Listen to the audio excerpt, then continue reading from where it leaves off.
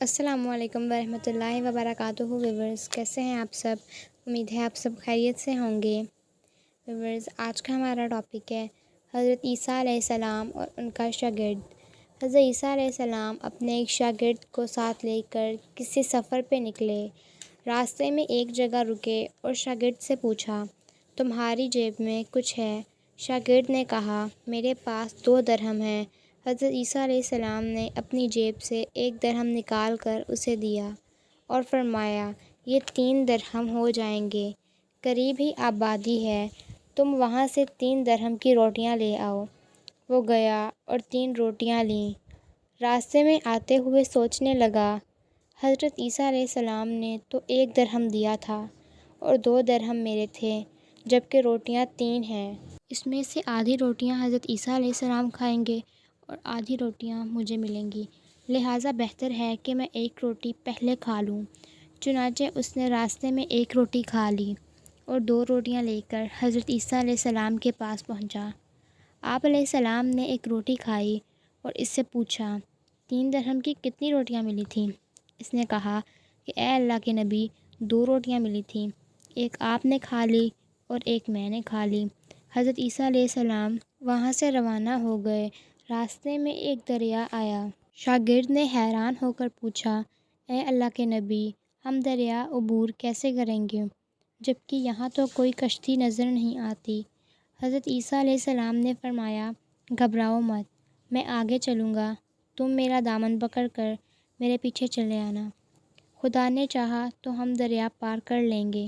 چنانچہ حضرت عیسیٰ علیہ السلام نے دریا میں قدم رکھا اور شاگرد نے بھی ان کا دامن تھام لیا۔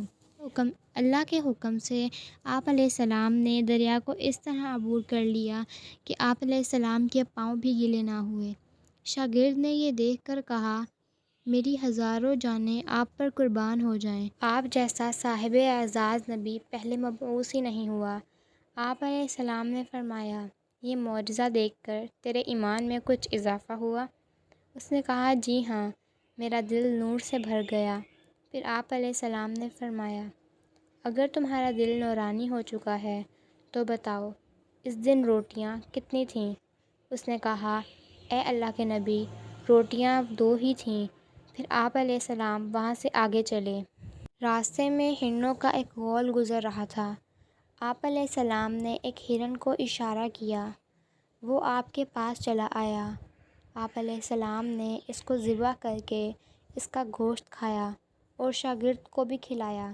جب دونوں گوشت کھا چکے تو حضرت عیسیٰ علیہ السلام نے اس کی کھال پر ٹھوکر مار کر کہا، جا اللہ کے حکم سے زندہ ہو جاؤ۔ ہرن زندہ ہو گیا اور دوسرے ہرنوں سے جا کر دوبارہ مل گیا۔ شاگرد یہ معجزہ دیکھ کر حیران ہو گیا اور کہنے لگا، اللہ کا شکر ہے جس نے مجھے آپ جیسا نبی اور استاد عطا فرمایا۔ یہ معجزہ دیکھ کر تمہارے ایمان میں کچھ اضافہ ہوا؟ حضرت عیسیٰ علیہ السلام نے اس سے پوچھا۔ شاگرد نے کہا، اے اللہ کے نبی، میرا ایمان پہلے سے دگنا ہو چکا ہے۔ آپ علیہ السلام نے فرمایا، پھر بتاؤ، روٹیاں کتنی تھیں؟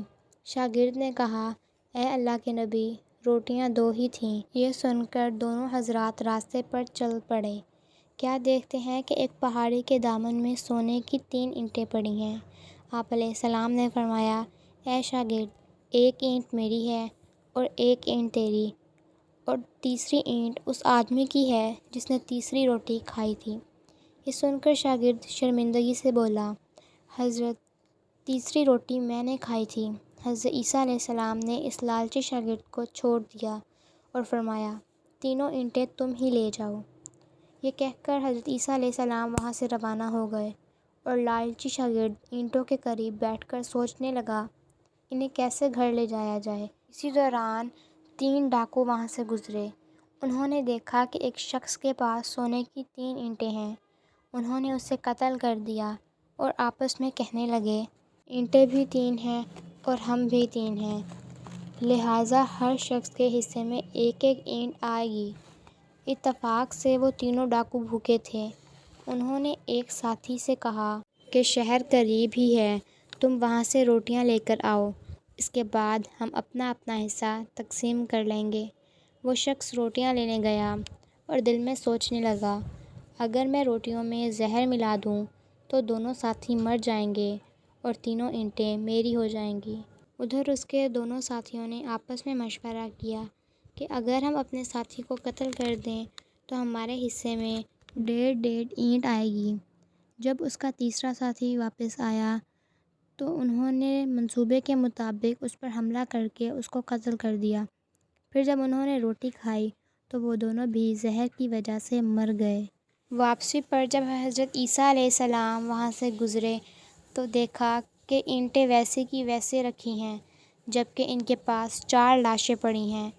آپ نے یہ دیکھ کر ٹھنڈی سانس بھری اور فرمایا، دنیا اپنے چاہنے والوں کے ساتھ یہی سلوک کرتی ہے۔